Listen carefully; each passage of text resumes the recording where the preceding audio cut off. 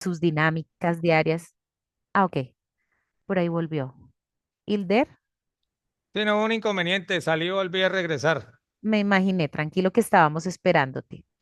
Está perfecto. Ok, entonces estábamos hablando de todo ese proceso que se lleva a cabo en las neurociencias y les estaba preguntando yo, Hilder, que es cómo veían este tema de las neurociencias a partir de ese neurodeporte o esa neuroeducación física o ese neuroentrenamiento, si es en el caso de las personas que entrenan a otras, si lo ponían en práctica, que porque pues a diario realmente nosotros ponemos en práctica todos estos procesos y además de eso, casi que somos unos expertos en poder poner muchas actividades que vayan incitadas al mejoramiento de algunas técnicas o de algunos factores que están de la mano con lo psicomotor. Entonces, la pregunta precisa, porque yo sé que a Hilder le gusta así súper preciso. ¿Qué actividades creen ustedes que han desarrollado a partir de la neurociencia, en este caso en el neurodeporte, neuroentrenamiento o neuroeducación física? Bueno, está un poquito extensa la pregunta, Denise. ¿Puede sintetizarla un poquito? En las neurociencias, si ven algún ejercicio o alguna actividad que tenga que ver con esto que acabamos de hablar. Bueno, me gustaría si alguien que quiera participar, alguien que levantar la mano, te va a sacar por un momentico que es que con... Dale un Dale momento. tranquilo, no te preocupes. Listo. Ahora sí. Espérate que esto... Ahora por aquí, ahora por acá, ahora sí. Quedamos bien. ¿Sí? Espérate que hasta mi cámara estaba cerrada. Sí, sí, sí, por eso mismo yo esperé un Bueno, ahora sí. momento. Listo. A ver si alguien me quiere colaborar con la pregunta de la querida doctora Denise. Si alguien tiene la respuesta, creo que está como dura la pregunta, maestra, por aquí. Básicamente, ¿Qué sí. actividades hacen en clase que creen ustedes que se ha podido dividir en esa técnica que no ha sido tan fácil para ese deportista, pero que ustedes han hecho, han creado un mecanismo y ese mecanismo es presentarles un video y a partir de ese video han podido mejorar y ejecutaron esa técnica y vieron que en competencia estuvieron haciéndolo y ejecutándolo de una forma exitosa? Eso sería como la explicación. Listo. Profe David Victoria tiene la palabra. Profe, yo quiero compartirle algo, no sé si de pronto cumpla con la expectativa de la respuesta, pero tengo algo muy importante. Yo tengo un estudiante que tiene autismo en mis clases de educación física en el colegio y quiero relacionarlo con algo muy importante que me gustó mucho de una ponencia que vimos con un profe aquí, el profe de México, y nos hablaba Sí. mucho del sentir cognitivo del niño en clase. ¿Cómo lograr que ese sentir cognitivo del niño en clase sea óptimo y que el niño esté contento, esté feliz y sea muy receptivo a los comandos que nosotros damos? Y ahí entro a trabajar con lo que yo hago con el niño. El niño empezó a ir muy repelente a las actividades, no se integraba, no participaba, se alejaba. Entonces yo dije, Sí. bueno, ¿qué voy a hacer? Y empecé a buscarle el lado, lo miraba y hacía algún tipo de simulación de coordinación y el niño mostró interés. Entonces dije, listo, vamos a trabajar ejemplos totalmente visuales y voy a tratar de ser esa parte que el niño adquiera, como quien dice, mi profesor lo hace, yo lo voy a hacer. Y hoy en día el estudiante llega a la clase, me saluda, entra al circuito, hace la actividad y en caso ya corrige a los compañeros y le dice, el ejercicio es así, esta es la técnica. Y ha sido algo espectacular, espectacular. El niño se llama Jesús, tiene autismo y ha tenido un desarrollo impresionante, no solamente en la parte física, sino en la parte académica en general en el colegio. Ok, sí, cumple perfectamente porque esa era la idea, como ver hasta dónde ustedes ponen en práctica todo lo de las neurociencias. Mira, por ejemplo, tienes unas estrategias muy importantes y son de hacer que un niño que tiene un aprendizaje diferencial o diverso tenga la oportunidad de entender, conocer cómo se hace esa práctica y ya no solamente ejecutarla, sino motivar a otros niños a que la ejecuten. Entonces, imagínate, o sea, eso está muy bueno y además de bueno, positivo, porque bueno, digamos que nosotros no utilizamos lo bueno y lo malo casi nunca, sino que sea positivo para la vida de ese ser humano como tal. Y hablando de ser humano es un individuo en ese grupo, un individuo para su familia, un individuo, es decir, en varios ámbitos muy seguramente va a empezar a liderar procesos que él nunca se imaginó que podría llegar a ser, pero que los está ejecutando de forma positiva porque dentro de ese aprendizaje que tú le estás dando, le estás enseñando que él es capaz de hacer y también estás trabajando unas cosas que son bien relevantes y es la autoestima y la autoconfianza, que él entienda que se tiene que querer, pero además que tiene que confiar en las capacidades que él está teniendo. Esa sería como la conclusión. No sé si alguien más quiera aportar algo que le esté pasando, que le haya pasado con algún deportista, que haya sido difícil en el aprendizaje, pero que luego fue muy sencillo que él lo ejecutara. No puede continuar, doctora Ok, Denise. Quedan listo. 40, menos de 40 minutos. Ok, perfecto. Ah, tenemos al profe Amado José Aris Galircio. Profe Ok, Amado, tiene la palabra. ¿Puede abrir el micrófono en este momento, profe Amado? ¿Ya lo puede abrir?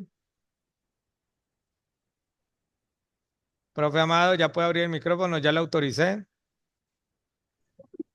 Muy buenas noches, doctora. hola, ¿cómo estás, Amado? Cuéntamelo todo. Ya, doctora, nosotros yo soy entrenador de tejo y a través de los juegos de los colores nos ha dado resultados con los deportistas.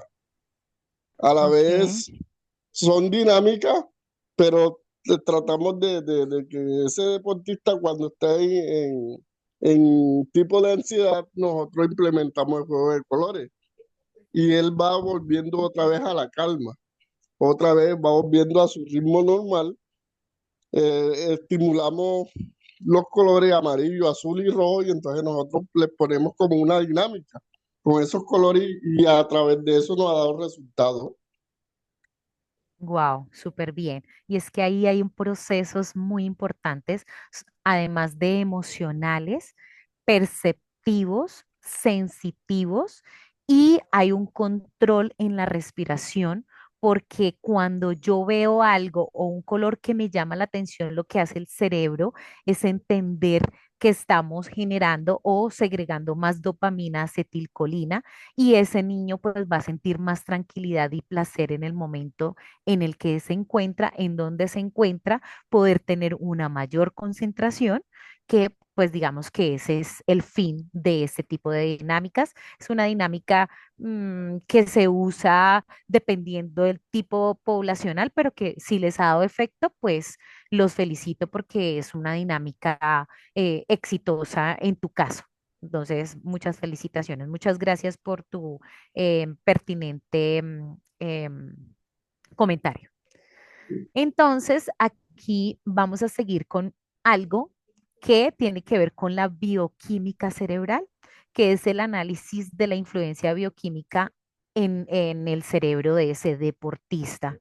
Y tiene que ver directamente con algo que también hablamos anteriormente y es el estrés que se convierte en burnout o que se convierte en una segregación demasiado elevada a partir de la oxitocina y que esta oxitocina hace que nosotros ya no nos podamos concentrar, no podamos sentir, percibir y memorizar de la misma forma o tomar decisiones de una forma coherente. ¿Por qué? Porque pues en este momento la presión es constante hacia la victoria, porque hay continuos esfuerzos del transcurso, pues en el transcurso del año y de todo el proceso que ustedes han tenido de enseñanza-aprendizaje, en este caso como entrenadores y los deportistas que ven como un problema ese sobreentrenamiento posiblemente, esa sobrecarga y que en algún momento, como lo habíamos dicho, se puede dar el abandono. Pero además de ese abandono a ese deporte, pueden darse diferentes circunstancias y son las excesivas exigencias del rendimiento físico y mental que hace que ese chico se aburra y que cause pues entrenamientos repetitivos, monótonos, un agotamiento orgánico que constituyen unas causas que conducen al progresivo deterioro físico que advierte pues digamos que unas manifestaciones emocionales que nosotros las vamos evidenciando cuando vemos a ese deportista, va perdiendo como el interés, y el burnout realmente traduce quemarse. Cuando ese deportista se quema, pues es muy difícil sacarlo de ahí. No es imposible, pero es muy difícil. Por eso mismo, ese nivel bioquímico a nivel cerebral debe ser equilibrado con una enseñanza, aprendizaje adecuada, que se elaboren ejercicios que no sean los mismos siempre, que busquemos técnicas en donde a partir de la pedagogía podamos entender y tengamos una atención y un rendimiento, una importancia de ese rol en el rendimiento del deportista que haga ver todo el desarrollo acorde a las condiciones y a las necesidades que va teniendo. Entonces, pues tenemos acá que la psicología del deporte abarca temas como la motivación, la ansiedad, la concentración, la autoconfianza, la resiliencia y la recuperación de lesiones, que hace que nosotros podamos entender que esos factores psicológicos pueden de cierta forma influir en que yo me lesione. La nutrición puede influir en que yo me lesione, las sobrecargas pueden influir en que yo me lesione y que cada niño aprende en un ritmo diferente, que cada niño, si yo tengo un equipo, o en este caso es un deporte de equipo o de grupo, debo entender que cada deportista tiene una modalidad individual, que pueden ser líderes en unos momentos y en otros no, que hay unos factores que contribuyen en todos estos procesos que abarcan y que hacen ver las habilidades de manejo específicas que soportan una mejor situación, y todo parte de una buena formulación de los objetivos, de una relajación al finalizar la sesión o la clase que a veces la obviamos o los estiramientos que son tan importantes o la dinámica que ustedes ya tengan en sus sesiones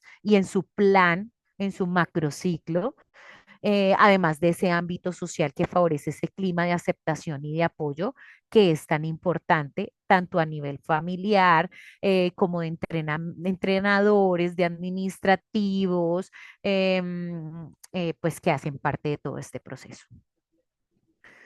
¿Cuál es esa evolución? Ya la hablamos y a partir de esa evolución que hemos tenido, exploramos que el deporte tiene unos hitos y unos significados que se han moldeado en su evolución y en el reconocimiento del ámbito deportivo, y que tenemos un origen y una evolución que a partir de Platón y demás, como lo dijimos en Roma, ya empezaron sus primeras investigaciones, pero realmente si hablamos de la antigüedad está en Platón y en Aristóteles todo ese proceso que tuvo unos avances contemporáneos que se dieron en la modernidad y en esa modernidad entendimos que la psicología del deporte debía ser estudiada y analizada.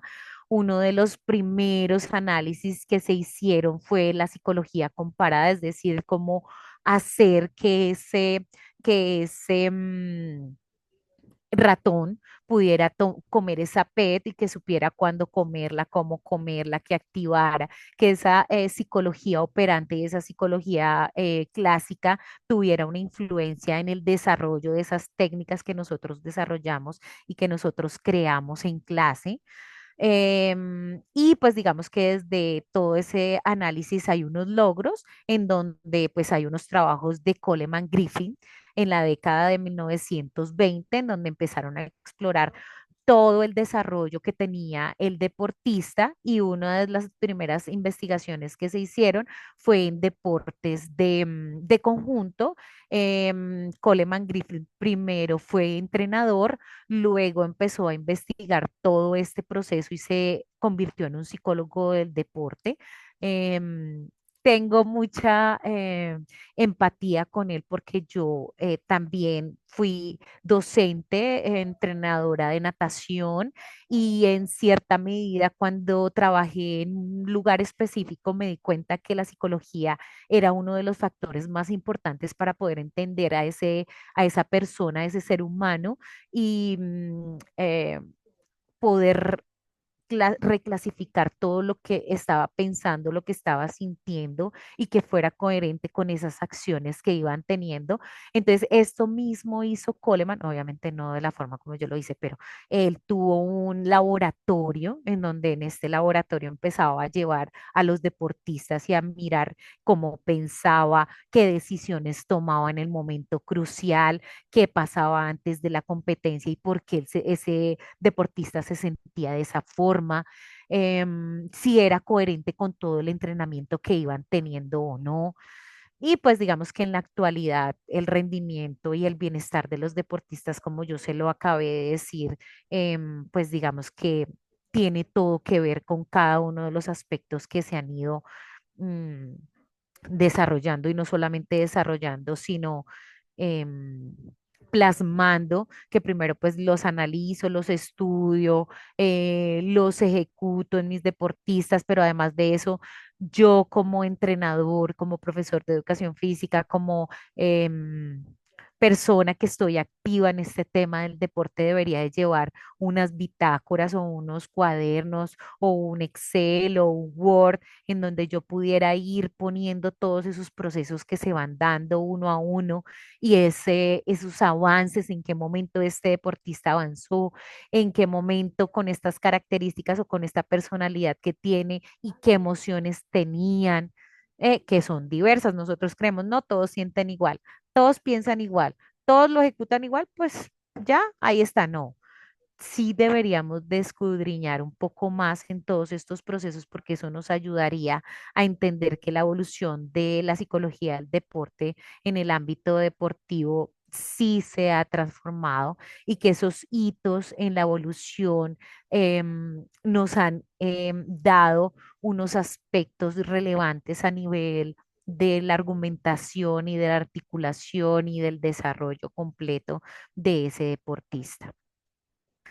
Y viene un aspecto que por eso le dije a David que sí había dado un ejemplo muy pertinente y es la inclusión de la psicología en el entrenamiento deportivo, no solamente la inclusión de la psicología deportiva, sino dentro del rendimiento y la adopción de esas técnicas psicológicas avanzadas que hacen que eso que yo les estoy enseñando a esos deportistas o a esos niños, pues se transforme y entiendan que ese aspecto mental no solamente tiene que ver con la concentración, con las emociones y con la percepción, sino que lo vamos entendiendo que tiene que ver todo con la disciplina, todo con la secuencia de un aprendizaje, con la secuencia de una memorización y la ejecución perfecta de unos movimientos y que eso hace que esa persona, ese niño, ese joven, ese adolescente transforme su vida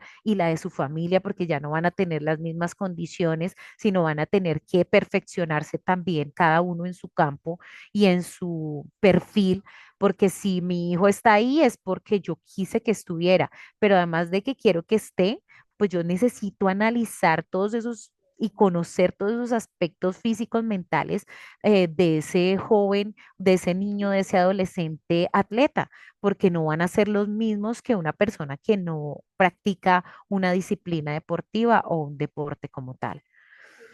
La mente y el cuerpo se han venido estructurando de una forma importante y se han aplicado en el rendimiento deportivo y en esa toma de decisiones que nosotros en algún momento tenemos que enseñarles a esos deportistas que deben hacer. Y no solamente hacer porque ese es el proceso del aprendizaje, sino porque esto hace que construyan ellos unos significados importantes a nivel del cuerpo y del sujeto como tal y que pues digamos que la práctica deportiva pues tiene unos resultados en el mejoramiento funcional del organismo, que hace que se transmitan diferentes saberes prácticos a partir de lo social, de lo cultural, de lo político, que sepan moverse en función de la situación que se les presente, que puedan plantear una práctica deportiva que no solamente sea verbal, sino que su cuerpo realmente sienta placer, este placer deportivo y esta condición óptima en el momento de ejecutar o de estar en esa competencia y en ese momento, en el caso pues de los deportes que tienen que ver con deportes de conjunto. Y pues digamos que ya lo que busca a futuro esta psicología deportiva, perdón, es también el impacto de ese rendimiento, pero a partir de los estudios de la mente que efectuados en ese comportamiento, pues tengan un concepto abstracto, pero también que puedan incluir esa personalidad, ese yo interior, que puedan mantener incluso todo un proceso de la comprensión clara de las bases fisiológicas de las acciones mentales, que viene pues con una significancia de la experiencia consciente de subsistir independientemente de que el cerebro tenga ciertas condiciones, haya sido estimulado o no, pero sí que en el momento en el que nosotros como entrenadores pues tenga esa esfera mental acorde a las conexiones y a esa pues entidad física del encéfalo. Esto pues teniendo en cuenta que pues si hablamos del cuerpo en general, este niño está llegando a unos niveles diferentes en forma comparativa con un niño que pues no ha hecho nunca una actividad física como tal. Doctora, Sí, señor. ¿me regala un minutico? Sí. Quiero darle un saludo muy especial a mi querida doctora Tere Calafel de la FIET Argentina, que está en este momentico en Múnich, Alemania, y Wow. se está conectando por la clase de Denise Matiz. Me dijo, yo quiero escuchar a la doctora Denise Matiz. Doctora Tere Calafel desde Alemania, regálenos ese saludo porque usted está trasnochando. Buenas noches a todos. Mil disculpas por el horario, pero bueno, acá hay muchos emprendimientos y bueno, no me quería perder esta clase de la doctora magistral y bueno, acá estoy para escucharlo desde Múnich, Alemania. Les mando un saludo Uy. inmenso. Ay, muchas Gracias, Hilbert, por gracias. la invitación. Ay, qué linda, muchas gracias por escucharme. Cualquier retroalimentación es súper bien recibida. Cualquier pregunta que tengas, con mucho gusto. Muchísimas gracias.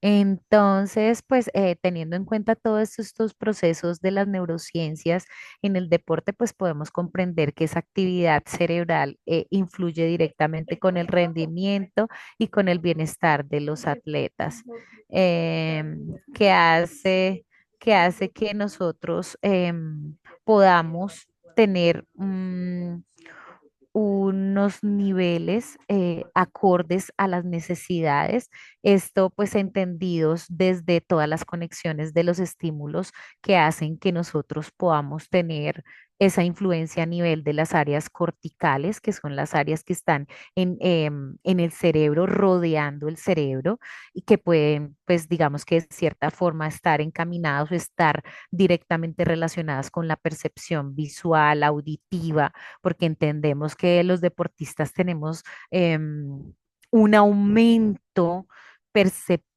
en cada uno de nuestros sentidos.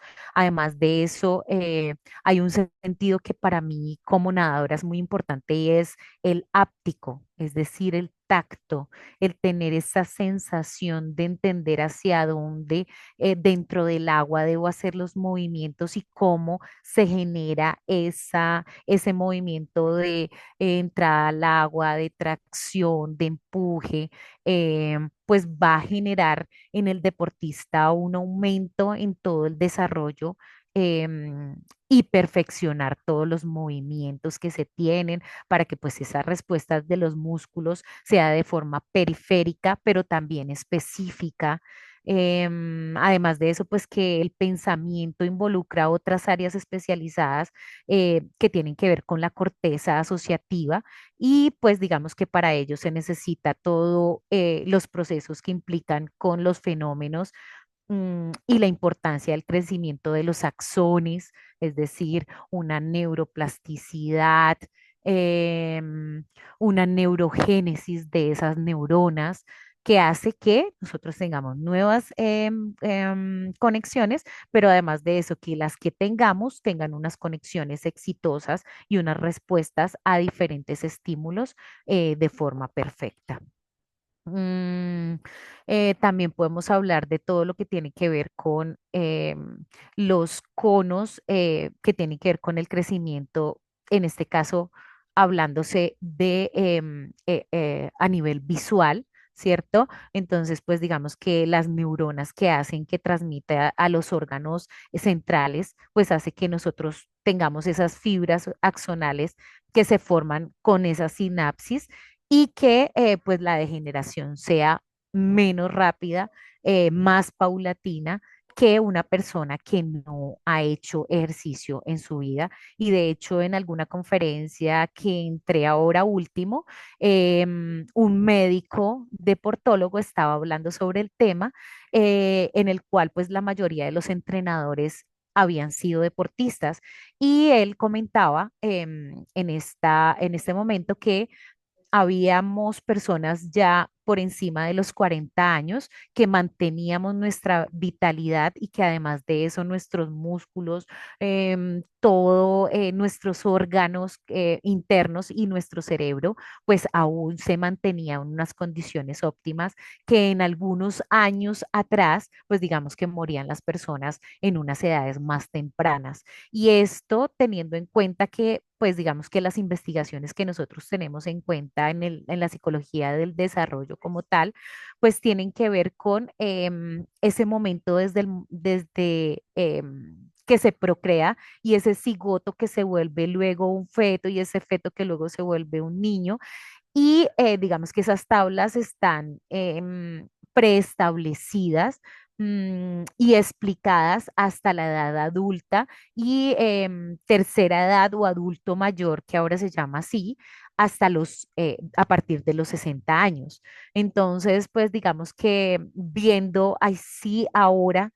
vemos un diferencial y nos damos cuenta que al tener este ser humano, este deportista, la oportunidad de hacer o de ejecutar algún deporte, pues va a ser diferencial en todo aspecto. Em, y pues que ese sistema nervioso pues tiene una respuesta automática que es única a nivel de la área cortical y que esa área motora pues produce respuestas diferentes que varían día a día y que nacen a partir de las necesidades que se van presentando de esa neurofisiología de la cual hablamos y de esa identidad que va teniendo ese deportista que explora y que genera pues basado en todos los aprendizajes que va teniendo unas modalidades que son pues únicas, fundamentales, viables, únicas y que esa totalidad pues de todo el cerebro participe en la percepción consciente.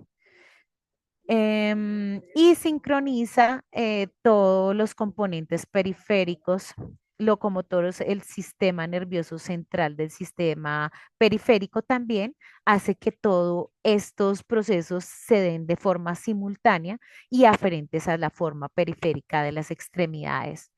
Y de pues todo lo que tiene que ver con los músculos a través del cerebelo, que es la base de nuestro cerebro.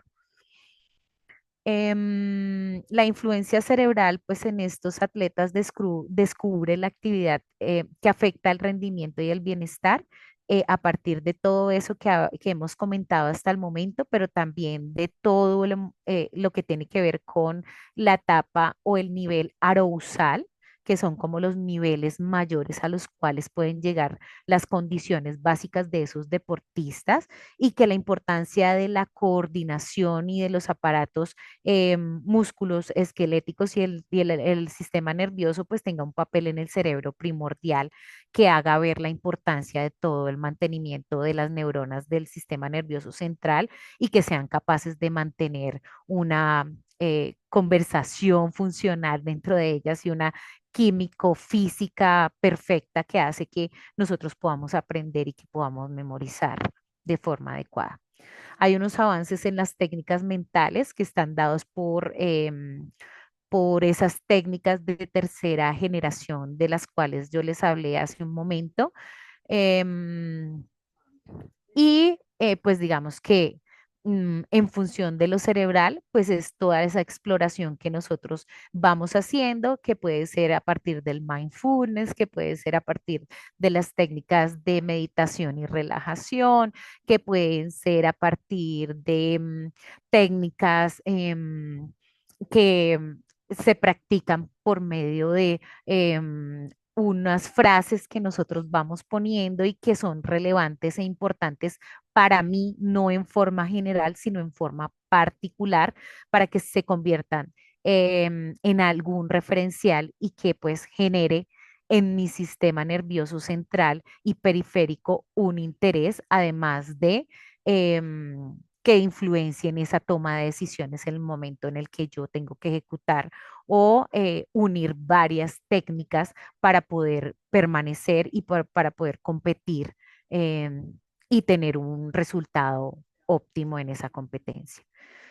La nutrición deportiva de la cual hablamos hace un momento también me parece que es un aspecto que no se ha estudiado a profundidad, teniendo en cuenta también que el intestino es nuestro segundo cerebro y que a veces dejamos la nutrición dependiendo la capacidad monetaria que tenemos, pero yo quiero pues decirles que toda esa plasticidad del cerebro pues hace que se dé esa neurogénesis, hace que se dé esa plasticidad neuronal, hace que se dé a partir de una nutrición acorde a las necesidades de cada uno de sus deportistas, no es en general y nos hemos dado cuenta con ahora ciertos condiciones de las personas, unas personas que no pueden tomar leche, otras personas que no pueden comer ciertas verduras, unas personas que se convierten en veganas porque sienten que la carne no les apetece y esa es pues las necesidades, esas son las necesidades que se van dando a partir de esas pues dimensiones y esas necesidades que vamos teniendo pues en cada una de las condiciones como tal. Entonces, pues los neurotransmisores como la dopamina, la serotonina y las endorfinas, pues influyen directamente en la motivación, en el estado de ánimo y la resistencia física de los deportistas, siendo determinantes en el desempeño durante las actividades deportivas. Y eso hace, pues, de cierta forma que ese niño pueda tener una influencia positiva en los aspectos de la ejecución de cada uno de sus movimientos. Los procesos cognitivos, entonces tenemos el estudio del pensamiento que tiene que ver con los procesos cognitivos que están involucrados en la toma de decisiones y el rendimiento como tal, la atención selectiva que es primordial, que hace que ese deportista tenga la capacidad de enfocar la atención en aspectos clave durante la competición y que esa competición pues es el resultado de todos, de todas esas sesiones y de todo ese entrenamiento que yo tengo, que puede ser en un año o a 4 años, dependiendo cómo se fundamenta. Una memoria que hace que yo pues tenga unas habilidades y unas estrategias deportivas acorde a esas necesidades y a esos movimientos y a esos efectos que tiene como tal y una toma de decisiones que hace que yo pueda evaluar las opciones que tengo seleccionando la acción, pues la mejor acción que se da en ese momento. Explorar la importancia de la atención, la memoria en el rendimiento deportivo destaca su influencia en la toma de decisiones y en el aprendizaje que se da a partir de los deportistas. El rol de la atención, pues uno de ellos es el foco mental, que es la atención es crucial para mantener un enfoque mental durante la competencia. La concentración experta se da a partir de ese deportista que se desempeña en su máximo nivel, pero no solamente que se desempeña porque tiene que hacerlo, sino porque sí todos esos procesos cognitivos están seleccionando ese foco que debo tener, ese foco atencional o ese estímulo que es el único que me debe importar a mí y no otros que están alrededor. Entonces, la capacidad de concentrarse en aspectos relevantes y filtrar distracciones permite que los atletas mantengan un nivel Doctora óptimo de Denise, rendimiento reaccionando de manera eficaz ante situaciones cambiantes en la competencia. Sí, señor. 5 minutos nos quedan, doctora. Perfecto. Implicaciones, entonces la implicación en la memoria, que pues digamos que si yo no tengo un buen desarrollo con esos deportistas a nivel de las estrategias y los movimientos técnico-tácticos de las situaciones, pues voy a tener unas decisiones poco efectivas y que sus habilidades pues no se van a mostrar de forma clara. Una de las técnicas aquí es descubrir cuál es ese potencial y ese rendimiento y esa resiliencia que puedo alcanzar como deportista o como entrenador. He terminado, pero pues espero las preguntas. Muy bien, démosle un fuerte aplauso, fuerte, pero fuerte aplauso a la doctora Denise. Tenemos 4 minuticos para preguntas. No sé si alguien Pues, tenga. Doctora puedo, Tele, dale. Sí, dale, dale, doctora sí, Tele. sí, me parece muy interesante cuando habla del nivel de la percepción, porque muchas veces los niños no aprenden de la misma manera, algunos desde la audición, otros de la observación. Entonces, cuando se enseña el entrenador, debe tratar de hacer un paneo en general, o sea, mostrarlo, explicarlo, para que puedan incorporarlo a su nuevo acervo intelectual.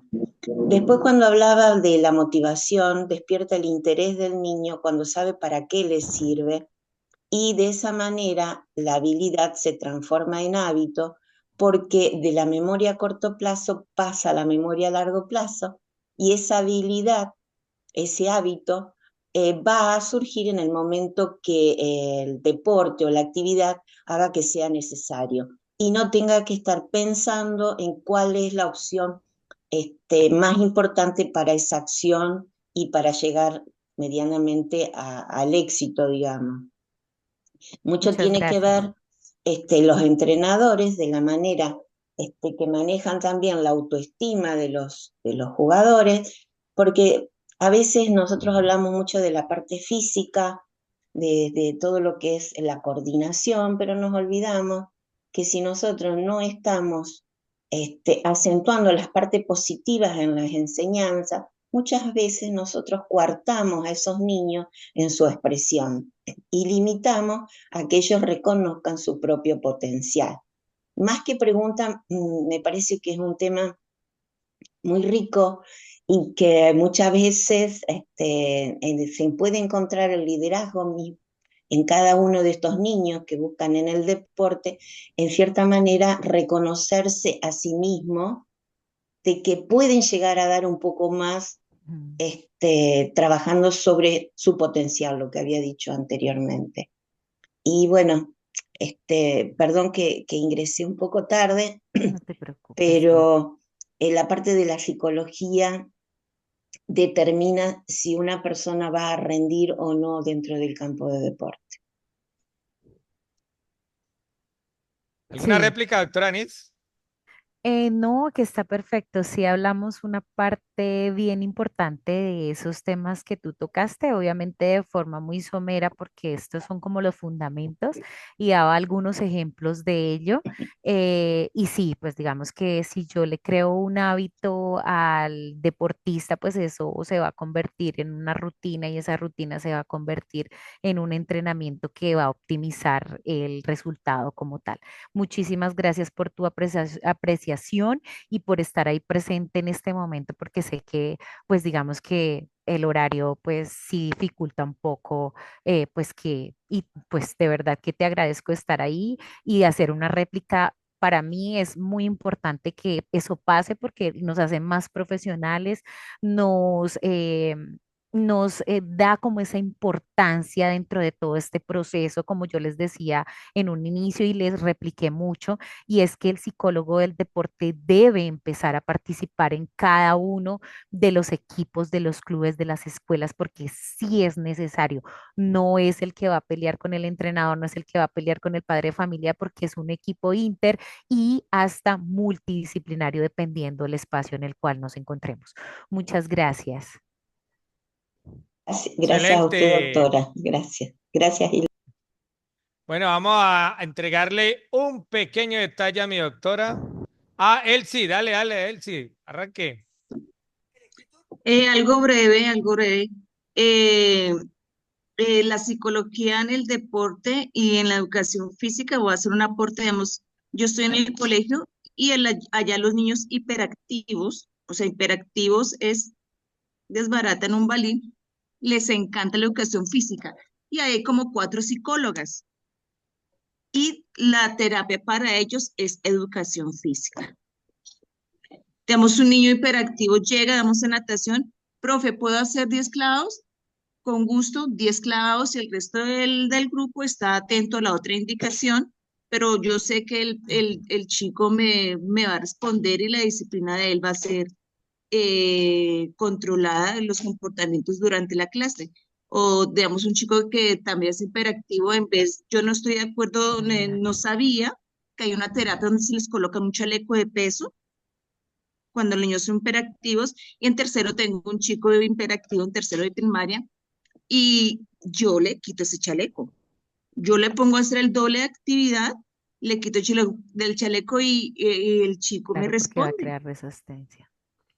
Bueno, Entonces, no sé, pues es mi modo de, mi opinión, pero a mí conmigo ha tenido filo, los chicos así han tenido como que esa conectividad conmigo y también, digamos, los que tienen algún diagnóstico en alguno de sus sentidos, que también hay unos cuantos, no muchos, Inclusión. y pues las herramientas que nos da acá la doctora Denise, fabuloso, fabuloso y definitivamente esa arma de la educación física, educación física, actividad física y deporte podemos ayudar a mucha población en edad escolar y adulta.